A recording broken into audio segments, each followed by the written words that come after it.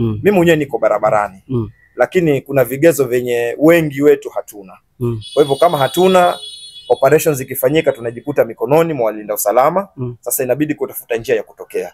Kwa hivyo kile naweza nikaomba kukabiliana na huo usumbufu unaosemekana ni viongozi walioko na mashirika ya yenye nafasi yasaidie wanabodaboda kwenda driving schools, kwa sababu changamoto ya kwanza ni kukosa elimu ya barabara.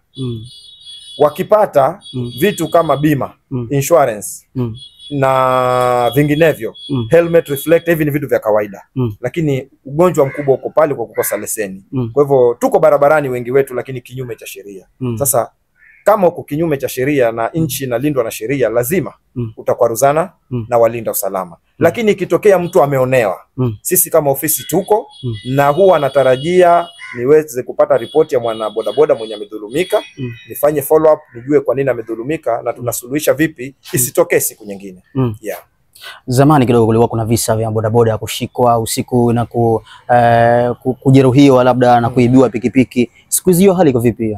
Visa vimepungua. Vimepungua pakubwa na tunashukuru Mungu kwa sababu viligharimu uhai wa wanabodaboda wengi.